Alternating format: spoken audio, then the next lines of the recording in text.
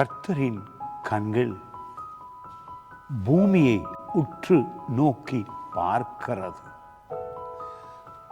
அநேகர் நினைக்கிறார்கள், யார் எங்களை பார்க்கிறார்?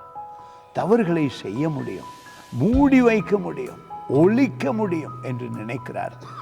தேவனோ அவர் எங்கும் இருக்கிறவர். அவருடைய பிரசன்னம் எப்பொழுதும் இருக்கிறது. ஆனால் உள்ளத்திலே இடம் கொடுப்பவர்கள் அவரோடு இணைந்து கொண்ட உடனே, அவருடைய ஆவி உள்ளத்துக்கு வந்த உடனே மன சமாதானம், சந்தோஷம் எல்லாம் உண்டாகிறது. பாருங்கள், இந்த வார்த்தை 15ஆம் அதிகாரத்திலே நீதிமொழி புத்தகத்திலே 3வது வசனம், கர்த்தரின் கண்கள் எவ்விடத்திலும் இருந்து நல்லோரையும் தீயோரையும் நோக்கி பார்க்கிறது. அநேகர் நினைக்கிறார்கள், தீமை செய்யலாம், யாரும் பார்க்கவில்லையே என்று. ஏமாந்து போகாதீர்கள். தேவன் உங்களை பார்க்கிறார்.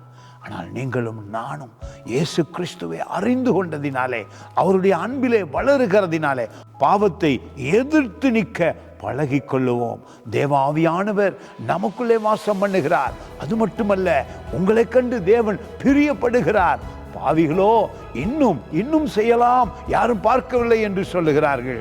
எனவே காஸ்பல், சுவிசேஷம் பாவிகளுக்கு அவசியமாயிருக்கிறது.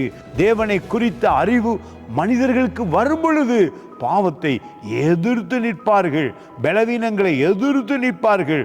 அதுதான் வேதம் சொல்லுகிறது. அவருடைய கண்கள் பூமியை பார்க்கிறதாம். அதிசயம் நடக்கிறது அல்லவா? எனவே பாவத்தை எதிர்த்து நிற்போம். நாமோ தேவனுக்கு பிரியமான காரியங்களை பூமியிலே செய்வோம். அப்பொழுது அதிக ஆசீர்வாதம் உண்டாகும். God bless you.